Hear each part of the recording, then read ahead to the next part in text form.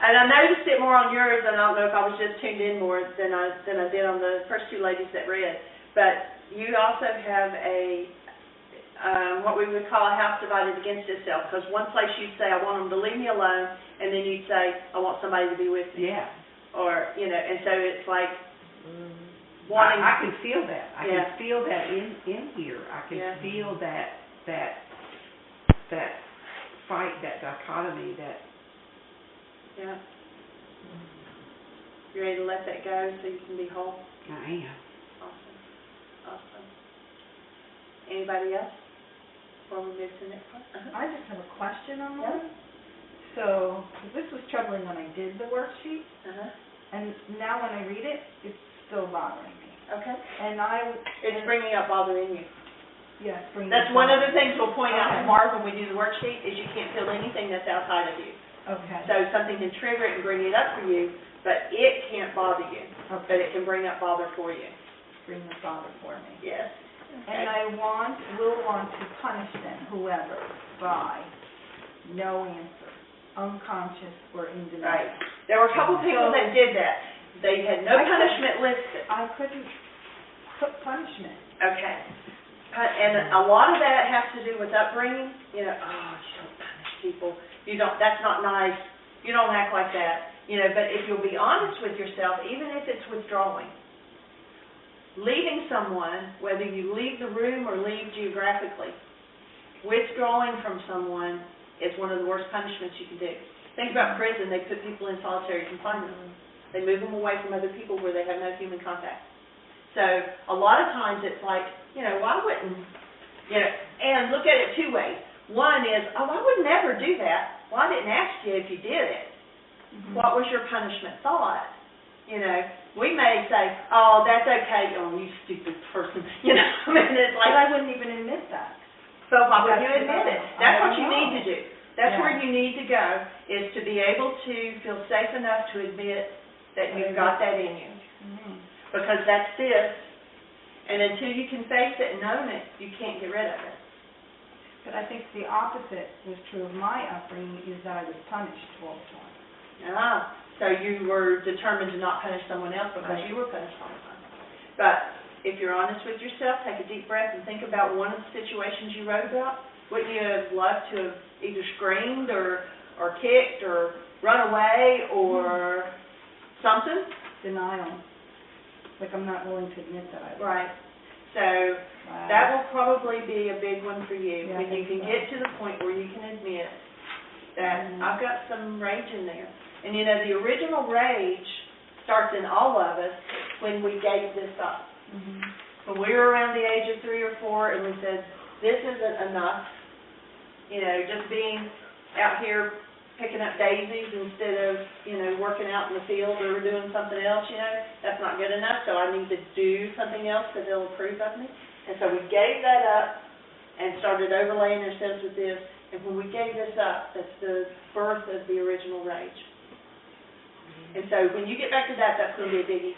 Yep, I think When you can admit that you've got that in there, and probably underlying it is the pain of it. Are we going to touch on this more later, or is this a good time? We can. No, go for it if you have a question. Yeah. Well, mine's kind of like hers.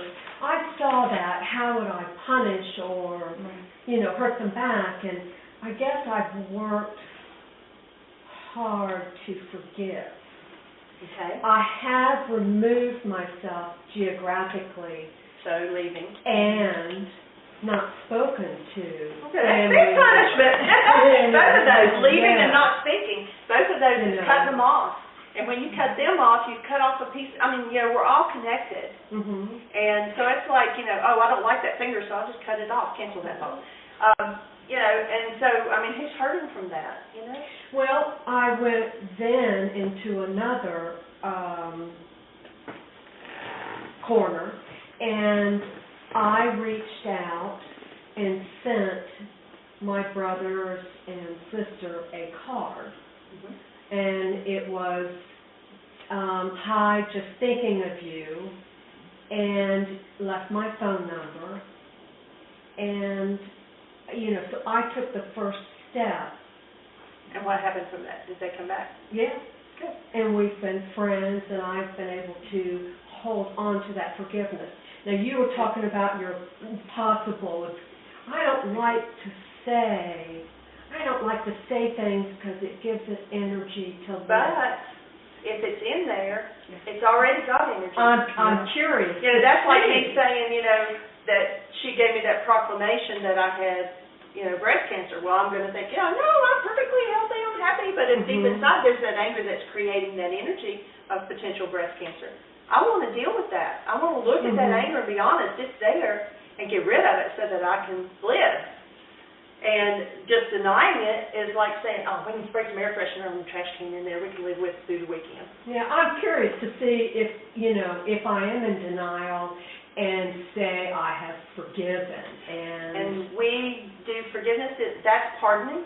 If you let them off the hook for whatever it was they did, or if you let yourself off the hook because some behavior you did was maybe off target, that's pardoning and that's not forgiveness. And so we're going to do forgiveness tomorrow. Yeah. To me, forgiveness is, you forgive that action from either person, but you forgive, but you don't forget and you protect. But if all you're doing is pardoning, you're not getting rid of the root of it. Okay, so that's still pardoning right there. Okay. Yeah, forgiveness is going inside and looking at, and we'll go over that tomorrow. That's tomorrow's workshop. Okay. So, that'll be good. Yeah. And so how do I go inside? How do I remove those things? How do I get to the root of it and pull it up? You know, it's kind of like if you go out and you mow your yard and you cut the tops of the weeds off. But if you don't get down and pull the roots up, they're just going to come right back. Gotcha. You know. So this is about getting down and getting those roots out. So, and some of them are not our own. Some is genetic. You know, like the basis of my book that I'm writing is based on something I saw in a breath session that is a genetic thing.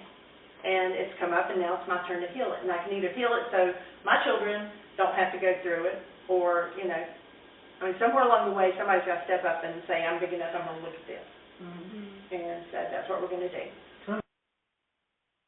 What happens is those crystals dissolve and they release their contents. Now that'll be emotions, thoughts, and the drug that you use to suppress it. They're all held in the crystals that they release. That's all that, like arthritis and things like that are, is crystals in your joints. And so different people store those kind of things in different places in their body. So where you have aches and pains, that's a place to pay attention to. Somebody mentioned Louise Hay when we were outside.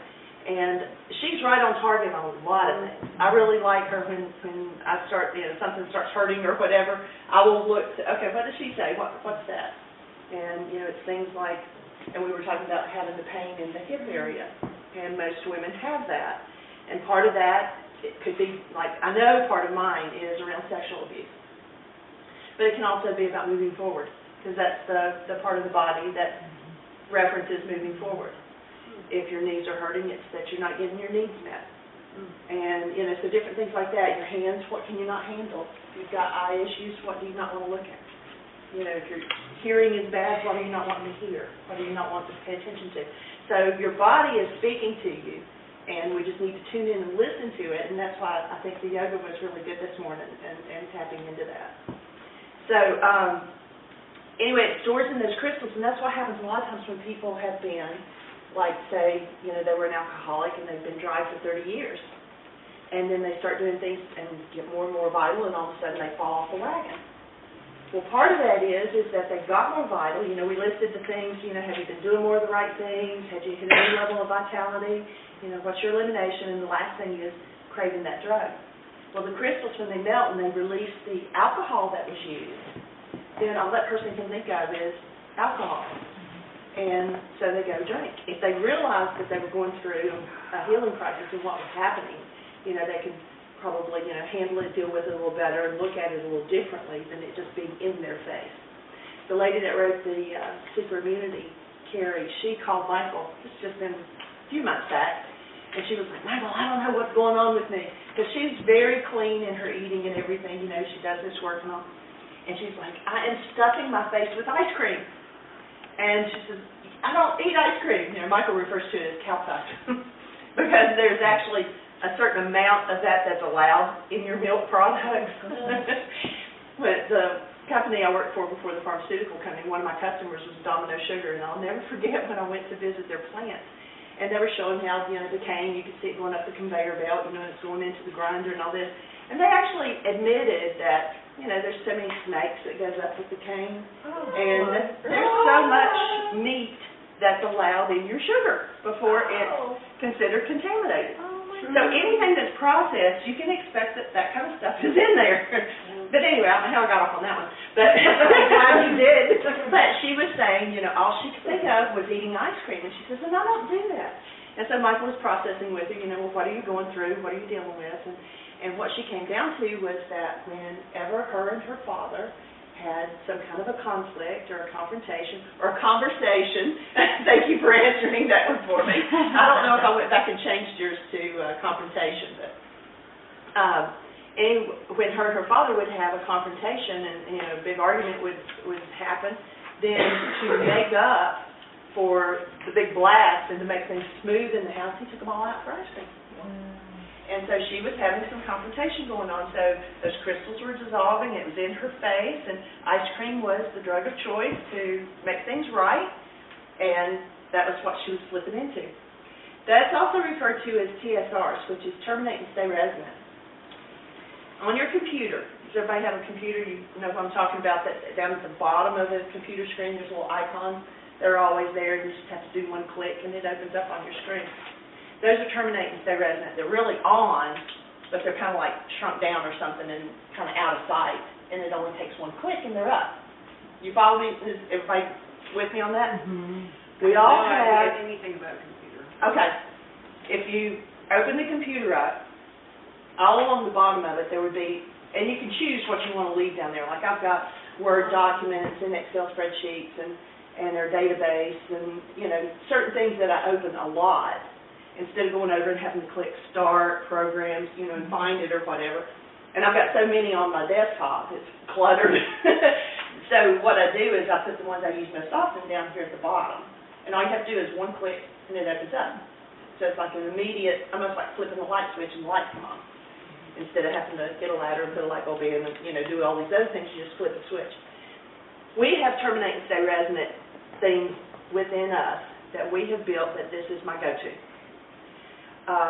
My go-to used to be leaving, and it was the first thing that popped in my mind when I felt like my back was against the wall and I needed to escape, and, it's like I can't handle this stress, I didn't like conflict, so it was like, I'd leave, whether it was geographically leave or just mentally leave or whatever. And so when you build those into your system, it's automatic and it only takes a quick trigger.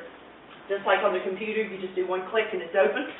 So if that's your built-in run-to, then when something happens and it gets triggered, it's in your face. It's not something you think about and say, okay, I think I'm going to leave. It's just that's automatically in your face, I got to leave. I got to get out of here. What I've discovered is because one of the things, and Michael knew that was my trigger. I mean, that's what I wanted to do. And so he was like, you've got to take leaving off the table. That's just not a choice anymore. And what I went to and what I've realized is just below that is, okay, if I can't leave, I'm just going to get totally pissed. I'm just going to, turn into the Tasmanian devil or whatever. It's just another cover-up. And so now I have to deal with that. Okay, what am I going to do with that? I need to handle that. I need to look at what's below that.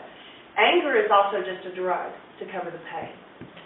So when I went a little deeper in that, I realized, it's like, okay, let's say that we're having a confrontation or a discussion, and I feel like I'm losing, and so leaving's off the table, so I can't run away, so it's like my fear comes up, that because of past relationships and being abused and everything, it's like, okay, now it's going to hurt. That's going to be the next thing that comes along. And so it's kind of like, possums roll over and play dead, and they're, kind of, they're not vicious or anything like that. But you back one in the corner, and it's going to come out fighting. And so it's kind of like that. It's like, okay, I need to survive. But if we think about it, we'll talk about power persons more later, but you had a person in your life who had more power over you than you did, and you felt like your survival depended on them. It's usually a parent, but sometimes it could be a grandparent. You can also change power persons throughout your life. people that join the service, their, officer or whatever becomes their power person. They do, jump. How high do you want me to jump? And it's based on survival. And so what we'll do is we will end up, when there's no stress, okay, let's say, my life was going along good as a teenager, and Mom was my power person, and so I was just a good little girl. I did what was expected of me, didn't cuss, and of course we weren't allowed to do things like go to movies and dances and stuff. I mean, it was just, I was raised super strict. But it was just be a good little girl, do what's expected of you, and keep things smooth and calm. Then when stress built, then I would do what I needed to do to resist and survive with my mom, my power person. And that was, either to just remove myself, go to my room, avoid her, or whatever. So I'm no longer the good little girl, I'm in an avoidance stage. Then when I became ultra stressed, because yelling and screaming wasn't allowed, you couldn't do that, that was not being nice, then I would actually leave. I mean, I would just not be present at all. Even if I was still in the same room, it was just like I disassociated from the whole thing. And what I realized after doing this work for a little bit of time was that you can have more than one power person. And my mom, while she was the one that would give you the voice or the breath, or whatever, I mean, you knew she was pissed without her saying anything. What I realized was that my dad was my ultimate power person. He went to the farm all the time, and he still does. And so we had two homes. We had one in the city, and we had the farm. And he had good excuses to go to the farm. The cows had to be taken care of, or different things. And so he needed to go there, and Mom didn't like the farm life, so she stayed at home. But what I got to realize, and that was his escape. Now, they've been married over 60 years, but most of the time they're in two different homes. He's at the farm, and she's in Bristol. And it's like I realized then that his way of surviving, her temper and things like that, was he would leave. And he would do it nicely. Now, my dad, and you can ask anybody that knows my dad, he is the calmest, gentlest soul that you would ever meet. I've never seen him lose his temper or anything like that. I'm just super calm. So I realized that what he did was he stayed nice, but he left. And so what I wanted to do was leave. And so he was my ultimate power person, and that went into some different, venues. It's kind of like, we call them hydro effects. When you're doing a worksheet, and you may be doing it on, your next door neighbor, and all of a sudden, oh, I need to do that same thing on my brother, and oh, I need to do that on my last boss, and that same issue happened with Dad, and, it's just like, the Hydra was a mythical creature in Greek mythology. You cut off one head, and 10 other heads came out. It was like you couldn't win, it just kept, and so that's what happens when you start doing your worksheets, and that's why we also say to write them down, because those things you would lose if you were trying to do it in your head. But if you write it down, then you've got a memory of it to go back and do that. There's two tools. One, you've got the commitment. That is something I want you to read. It's also at the bottom of the sheet that we did yesterday, what your healing's going to look like. It's incorporated part of it into that when you kick into that, what my healing's going to look like, and life's horrible and terrible, and everybody's awful and mean, and I feel like crap and all this kind of stuff, then you're going to make a new commitment. I'm going to do things different. I'm going to change this right now. Instead of, like you were talking this morning, your cells even remember.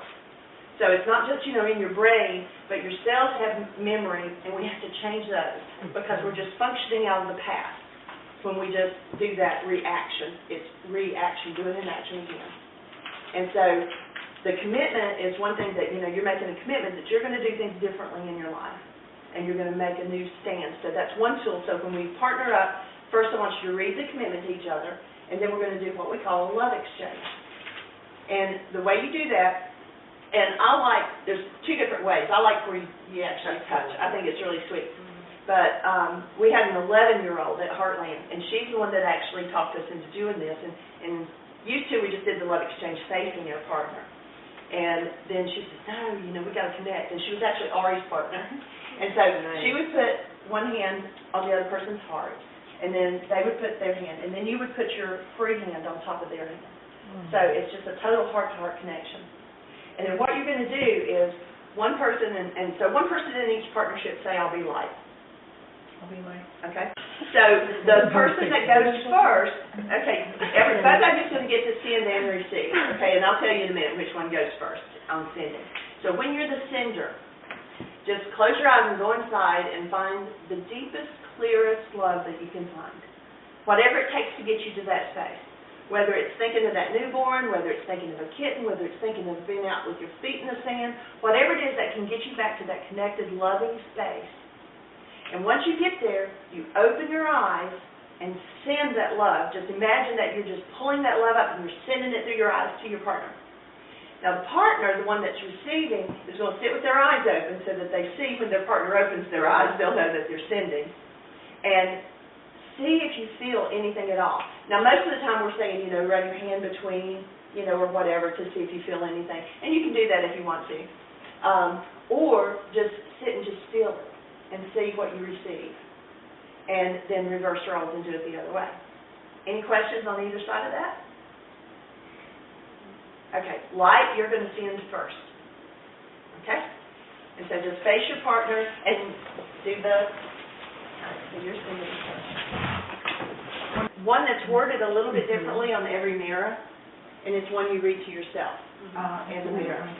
Yeah. And so I don't know if I shared this in the class the other day or if it means, so you got to bring it back. That's what we're accusing another person of not giving us. We're not giving ourselves either. And so so first of all, take your spring that you got. Take it between your fingers and push it down. What's going to happen if you let it go? They're going to fly. Yeah, and then we're going to be looking for them everywhere. So that's what happens when we have issues in our life and we don't want to deal with them, we don't want to look at them, we want to pretend like it doesn't happen or I don't feel it. If I just stay positive all the time or whatever. These things are pushed down a lot of times as a young child when we're open and vulnerable and we just buy into whatever usually our power person has fed to us, that's true about us. And we get unconsciously hang on to it. It goes down with energy. Like you said, you've gone through a lot of your life. She didn't answer any punishment thoughts on hers. And I told her, I said, you're unconscious in that area. Because everybody has something there. But she said, well, that wasn't nice, or you weren't supposed to punish, or whatever. But even though, you might outwardly, say, well, I'm not going to punish them. That's okay, what you did, I let you off the hook for that. And then you walk away with, it was so mean, they did hurt my feelings, or whatever. And so it's pushed down with emotion. And so it's just like that. It has potential energy, and that is actually got the most energy. So you can walk around with your mouth saying, I want to be healthy, wealthy, wise, and wonderful, and beautiful, and have everything, and everybody be at peace, and all this. And inside you're like, oh, I'm worthless, I'm klutz, whatever you call yourself. I'm not worthy of that, or nobody loves me, and those things have the most emotion to it. So it really doesn't matter what you're saying with your mouth. The things you're holding down and pushing down like that spring is sending out this wave that says, come show this to me. It is actually becoming your issues and your disease, and that's what's going to draw in more than anything else that you say. And so what we want to do is to release it easily through worksheets instead of having it spring up in our face and grab us by the face. You can keep them or you can put them back in, either way. So on the terminate and stay resonant, like I said, when things, for me, seemed unbearable, stress was up, my back was against the wall or whatever, that mine was, I want to leave. And one night we were sitting at dinner, and this was actually before I started writing the book and digging into what was really lying underneath, my life was pretty cool, I can teach workshops and tell you all how to handle your stuff. I got mine handled. Right. But we were sitting at dinner, and Michael was like, oh, penny for your thoughts. Have you ever had anybody do that, ask you that? And I looked at him, and I'm like, there was no thoughts. It was just like I had slept. It was total blank. There really wasn't any thoughts, and I was just like gone. And so we got to looking at that, and at that time I was working with a book called Courage to Heal. And it's written by two women, Helen Bass and Laura Davis. Yes, thank you. And it's an awesome workbook if you've got any kind of physical, mental abuse that you've gone through to work through that workbook. It really brings out some good points. There's some things I don't agree with her on, but overall, it really took me to another level working with that. But anyway, so I was working with that, and then we got to talking and processing about it. And what we found, I'm going to go ahead and hand this out because it's easier for you to see it than for me to try to visualize it for you. Are you going to talk more about terminate? Yes, yes. And before I get away from that, you had asked me to share on the commitment thing. There was a man during one of the Healing Through Relationships, which is the tool that we use in that, and he had come up at the end when we took intermission, and he said, you know, my wife and I are getting ready to divorce. And I said, well, you know, take the commitment and read it to her. And he's like, you know, it's too late. There's too much water in the fridge. And I said, well, then you don't have anything to lose. I said, take it and read it to her. And he called me about 3 weeks later, and he said, we are like on our second honeymoon. He said, no more talking of divorce. He said, we're getting along great. He said, this is just awesome. And I said, that's fabulous. I said, when you read the commitment to her, does she read it to you? And he kind of stuttered around, and he's like, she doesn't know I'm doing this. So he was like going in the back room and reading it to maybe her picture or something. And it totally shifted. We're all energy. And so, I mean, when we were doing that love exchange, did you feel the energy in the room? I mean, Nancy and I were both like, whew. I mean, it was like the whole room was moving. It wasn't just us. And another lady had been at one of the workshops, and she heard that story being told.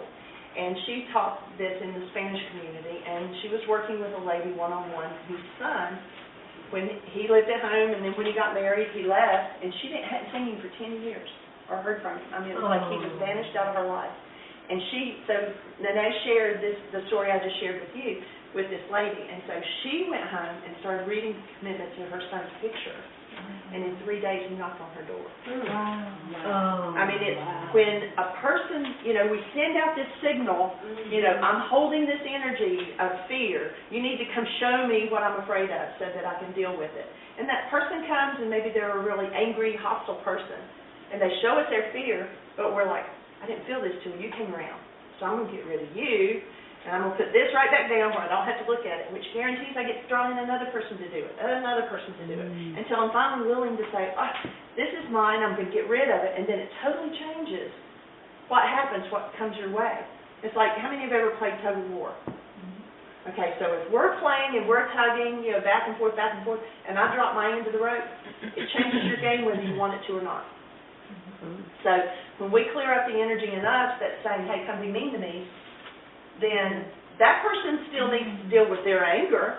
So they're going to, you know, and every time they find somebody that's afraid of them, it's their opportunity to say, hey, why am I being so angry or hostile or whatever, except they usually don't look at it that way. But it's their opportunity. So if you're not bouncing back and giving them their feedback, then they will go do it with someone else because they need that feedback too.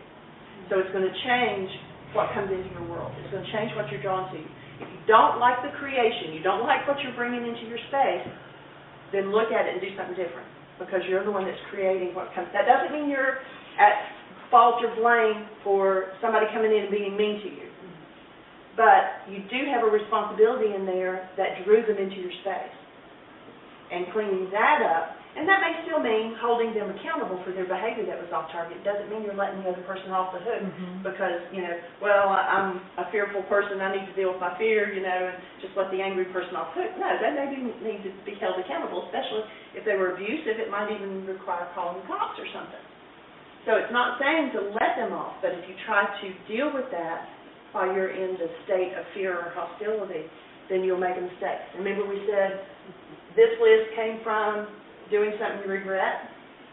So when that is active, we don't have our full senses. It's like having blinders on, and we can't see it. So anyway, on the terminate and stay resonant, what we realized was that one of my things was to actually totally withdraw. I mean, it's like my spirit or my soul left my body and was hanging out in the room observing or something. And that's a way of being able to handle the situation without actually feeling or the full impact of whatever's going on. So what Michael and I started doing was, when that would come up, instead of him saying, a penny for your thoughts, would be to help me look, okay, you just checked out, what just happened? It wasn't at that moment we were trying to dig down in and find the root of it or whatever, but to recognize the triggers.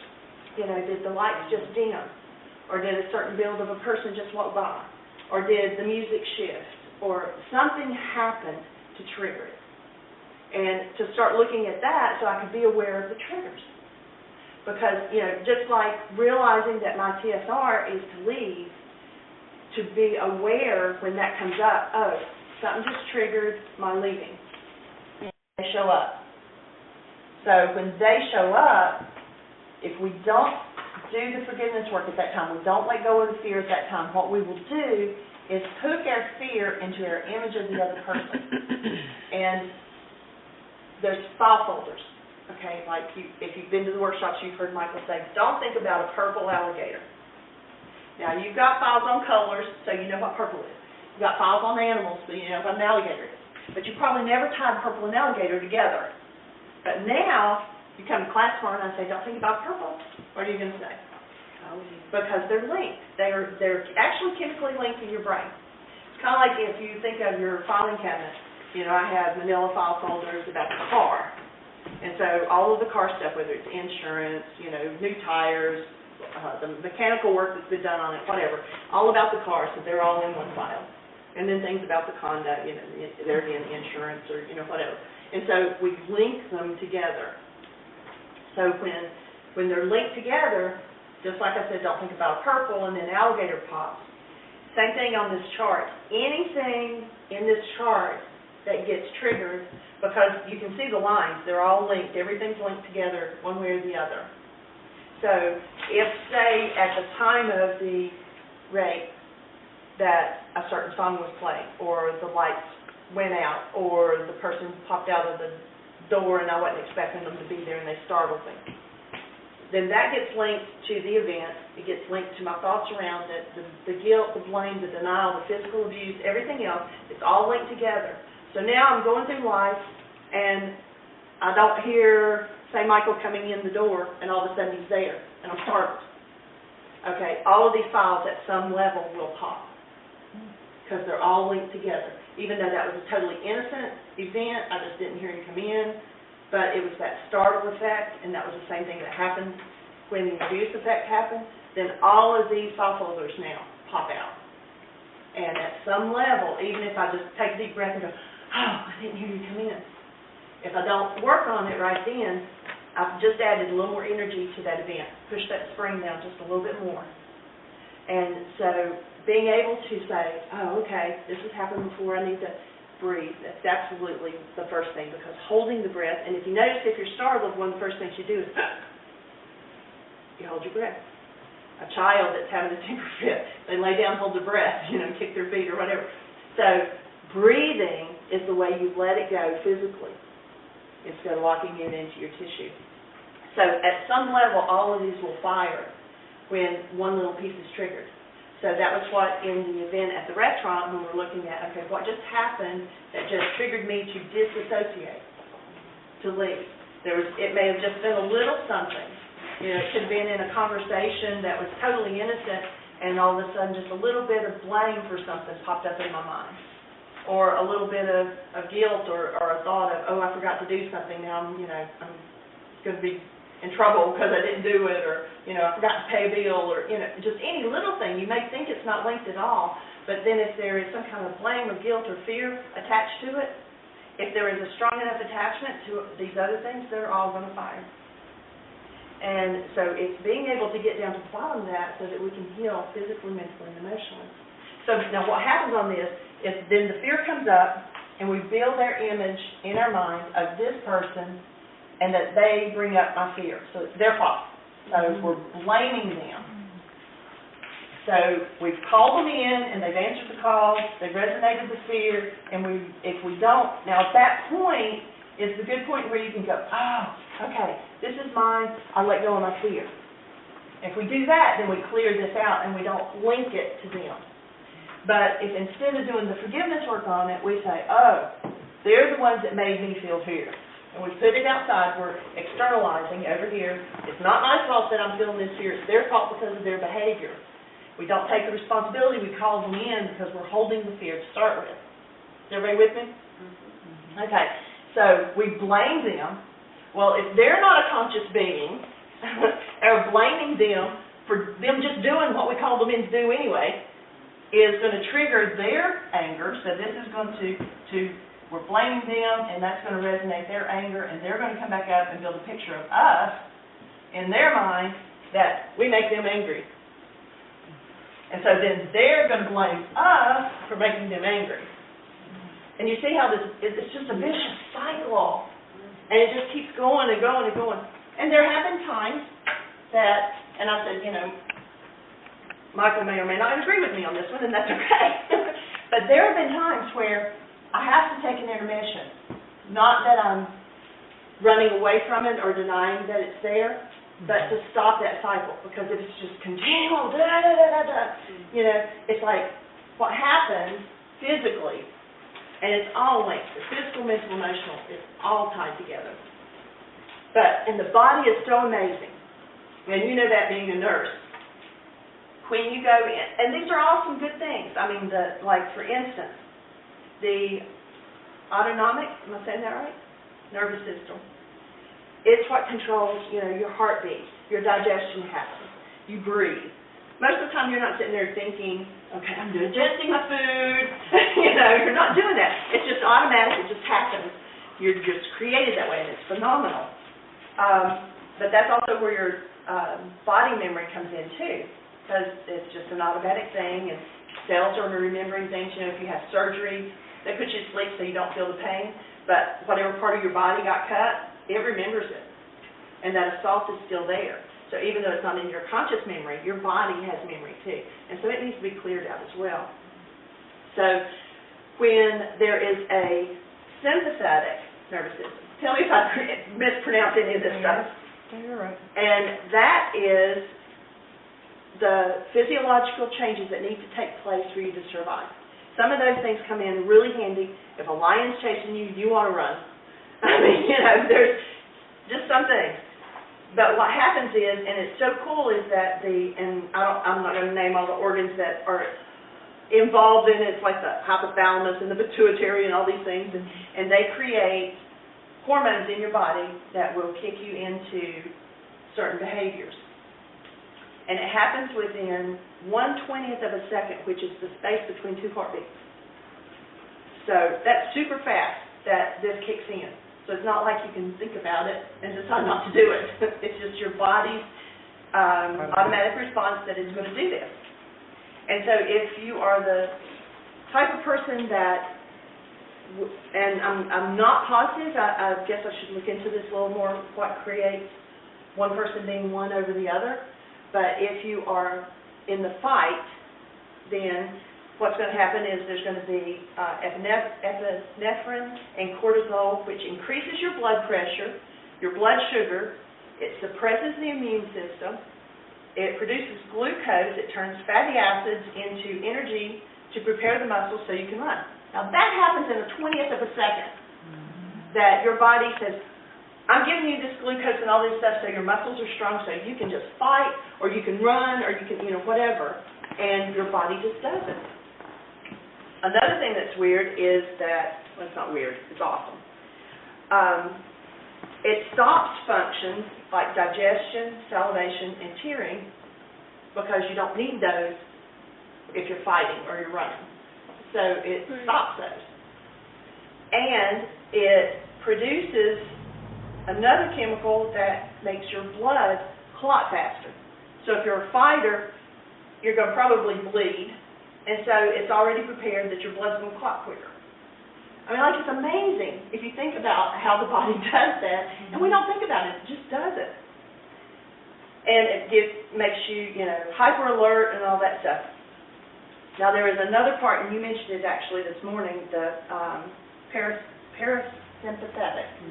And that is the part that says, okay, crisis is over, and puts everything back to normal. One of the two of you can be conscious enough to say, whew, your stuff's up. Let me just send you love here, do the commitment, just hold the space for you while you process, what's going on, how can I support you? But usually when you've drawn somebody in, you've got the matching bags of garbage and you're going to just trigger. And you're just going to do this thing. So sometimes you need to put it on the shelf and say, I need to go get centered. We'll keep this conversation going later. We'll bring it back when we're more connected space. Because if you just keep the cycle, you're going to totally destroy the relationship. And when I'm talking about relationships, it's with a partner, with a child, with a parent, with a employer, with a student, whatever, coworker, people at church. I mean, you've got relationships with the person in the mirror. And so if at some time you don't sit down and say, okay, I need to deal with this so that I quit creating this, then what happens is you become so hypersensitive that your 1/20th of a second happens every 1/20th of a second, and it's just continual. And your parasympathetic doesn't happen. You never get to that calming space. That's where you get burnout. That's where people have nervous breakdowns. That's where they just go into total overload. I mean, it's just, continual so much, and your body never has that calming time. So physically, even though all of this starts out with the reality that you've created about an event that happened, then it's like you're just totally destroying your body physically. And that's what causes like autoimmune things. Yes. The people that are constantly firing that Yes. fibromyalgia, lupus. Exactly. Diabetes, hypertension, it causes everything. Yes. Because if you're always like this, I mean, I'm right there. I've been like this for a year and a half, and You can't keep going that I way. can't keep doing it. I No. can't keep doing it. And there have been times in my life where I had to quit. I took 3 years off for working full time, Sabbaticals, they call them. and I couldn't do it anymore. There's even, like pastors and clergy and things like that, they'll take time off to go away for a year just to, it's like they can't handle the everything that's coming out. And we all have to do that. Profession. Yeah. Service What was that? profession. Service profession. Yeah, exactly. Now the third one, the fight and the flight, you hear a lot of. And what you don't hear a lot of is the freeze. And that's like, I was talking earlier, like a possum. What it does is it freezes.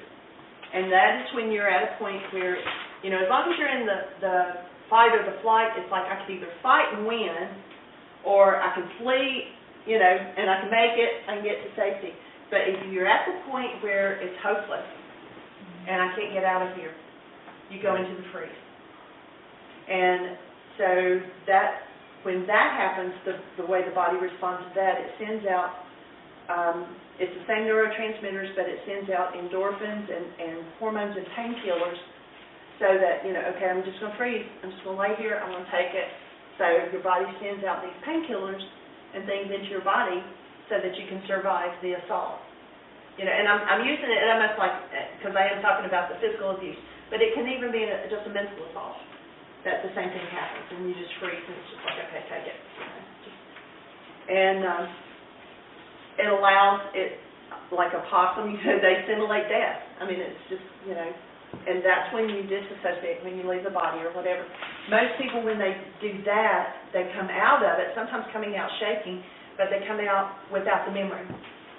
It's like blocking it off, being unconscious about whatever it was that happened, and it's a way of, if I don't remember it, if I don't have to look at it and I don't remember it, then it didn't happen to me, and I can go on with life. I went almost 40 years without looking at my physical assault that happened for 3 years of my life. And it was like, I've not seen him again. I've not talked to him again. And it's like, why even put energy Didn't to happen, it? right? Yeah, it didn't happen. It's Therefore, a part of my life that's gone. I'm in a new era of my life. Why even look there?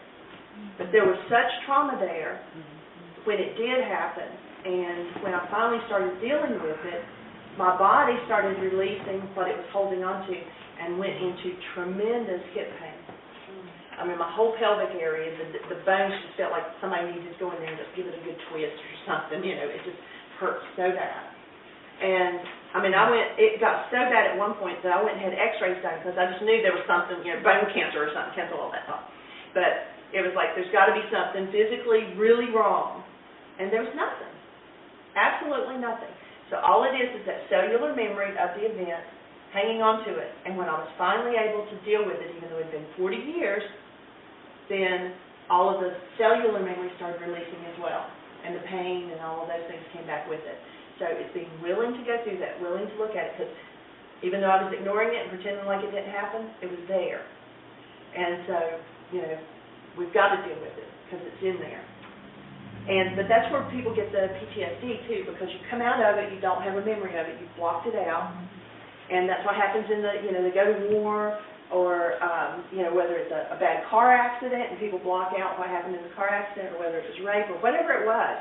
You block it out, you don't have a memory of it because you've actually kind of left your body on it. And then when you're asleep, especially, we have three minds. I feel like I'm bouncing here. If y'all need me to stop and do something different, tell me. It's fine. The point that she made, right? Yeah. To be aware of what's the lighting, because, as much as I know that, I tend to not remember it when I'm in that. Right. I tend to be focused on, what's happening, not, Right. okay, wait a minute, what just happened around me, what did I hear, what did I smell, what did I think, and yada, yada, yada, yada. All your sensories. Yeah, because it happens so fast. Because if you can be aware of that trigger, then you can also be prepared for it. Like, say it's Right. the light's going down, Right. or whatever. I am one that, and, I use the excuse that I'll leave it on in case somebody gets up at night, doesn't stump their toe or whatever. But leaving lights on every so often, or night lights or whatever. I'm one that would go in a room, and if I know the light switch is just inside the door, I would reach in like this and flip the light on before I step Before you into it. step in, okay. I kept a can of raisins out the front door for years when I lived by myself. So it's, we have these things that we've built in, that this is what I need to do.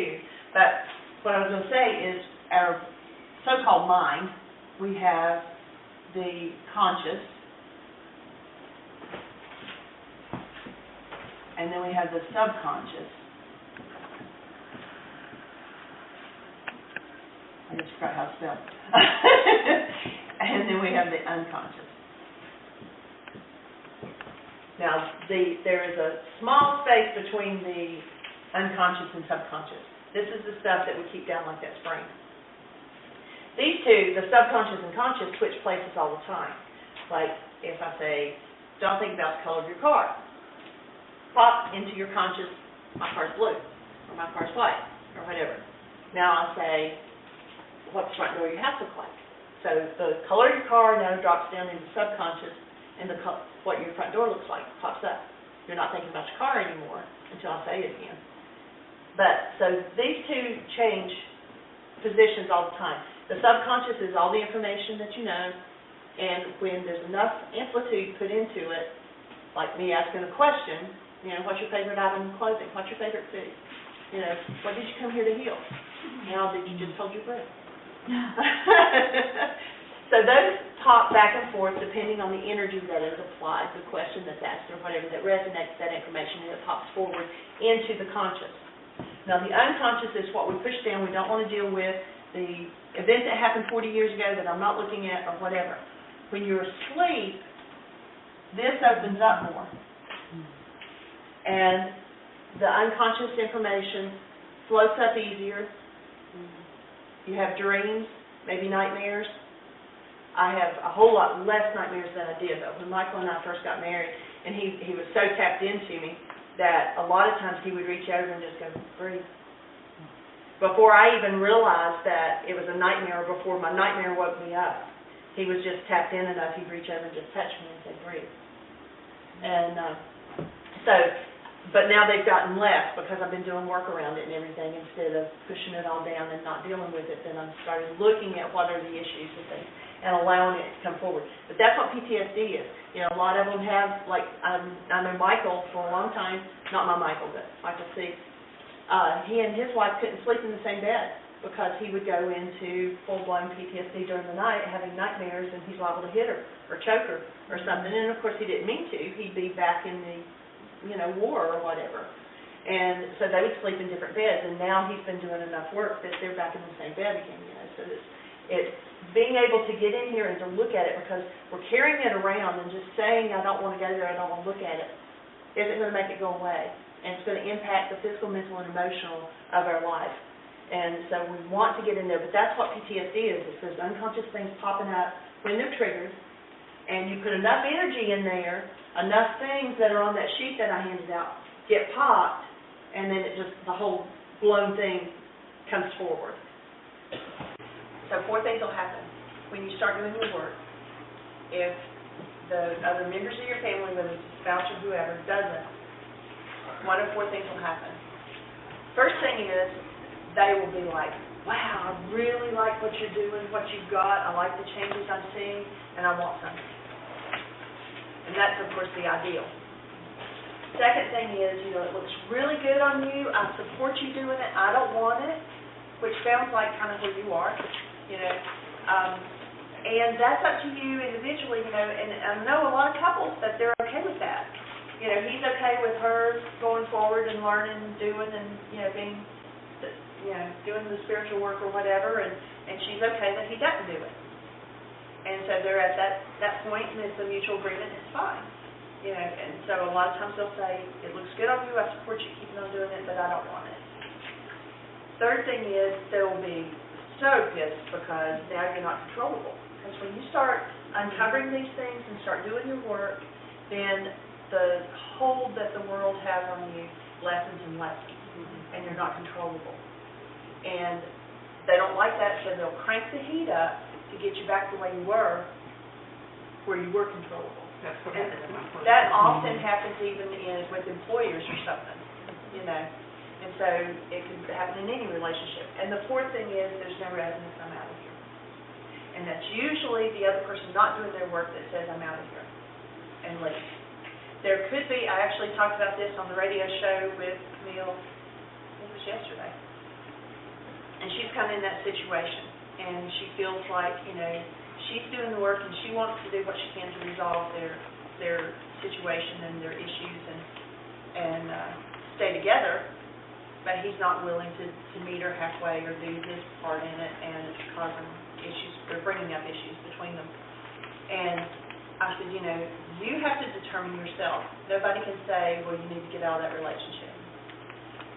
But if you leave a relationship out of your fear or your hostility, what was this?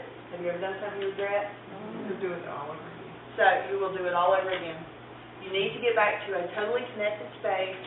I've seen couples where they're, friends, and they're like, I love you, and I bless you, and I wish this would work out between us, but it's not going to. I'm going this way, and you're going that way, and they part friends, and everything's okay. That's what we did. And that is the way, if you choose to dissolve it, and then continue to do your work around it, or you'll bring it back in again, because it'll be a lesson you haven't got yet, so you get to bring it in again and learn it again. But if you just say, you're not doing your part, and then you're in this side, and then you split, and you'll do something you regret, and it won't be a happy ending. Okay? There's also a thing called, and I'm throwing all these things out because we're getting ready to do the worksheet, and so I want some things stirring. Wake up sheet, yes, thank you very much. So, leaving and withdrawing,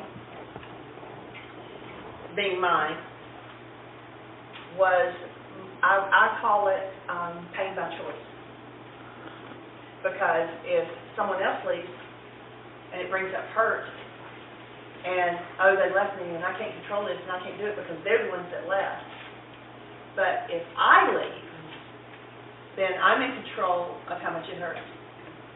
It's the same thing with a twist of people cutting. I've worked with a lot of people who cut. And there's several reasons why they do. A lot of times they cut because they are in so much pain internally, and they don't know what to do to relieve that. And it's like they're lost to it, but they can control how much this hurts when they cut. They can't control how much it hurts in here, but they can control how much this hurts. Then the second thing that happens is your body sends out endorphins and things to start clotting the blood and anesthetize it and all that. And you can actually, after a time, get high on that feeling. It's a hard way of doing that, but it happens. And then a lot of times they're so lost in pain of what's going on for them that they don't feel.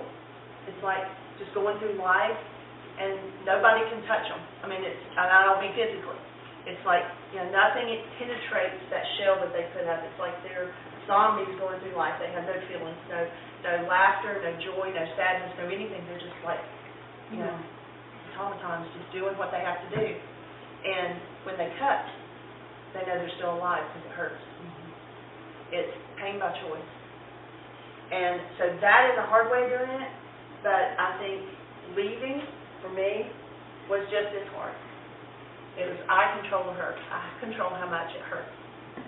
And so being willing to let that go, and instead of punishing myself, and that is a way of punishing, is to be willing to face it and move through it. Does that make sense? So when you say you don't punish, think of all the ways that you do punish yourself. Because we all do. And what you're using to control what you're feeling, if you don't get the handle on it and do your work around it, will become the thing that controls you. Say that again. Yeah, it took me a while even when I wrote it down to get it. Okay, so the thing that you use to control the pain. So in my case, leaving. And a person who cuts, they're using that to control something in their life.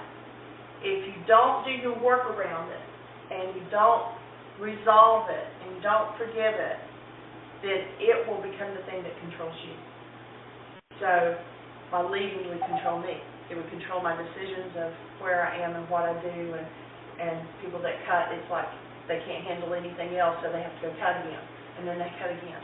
And it becomes controlling over them instead of them controlling it. So it's another reason to dig down in and take care of that. Like any addiction. Yes, it is. It's an addiction. Absolutely. Absolutely. In learned helplessness. And you can, one that has a fence around, or invisible fence around the yard, and they know if they go so far they get zapped, and then you can disconnect the fence after a while, and they still won't go there because they learned they're trapped. And so even though there is a way out, they don't step through that to get out. And so we are trapped in some of our garbage, and we have an open door that we can get out. And it's up to each one of us whether we want to do that or not.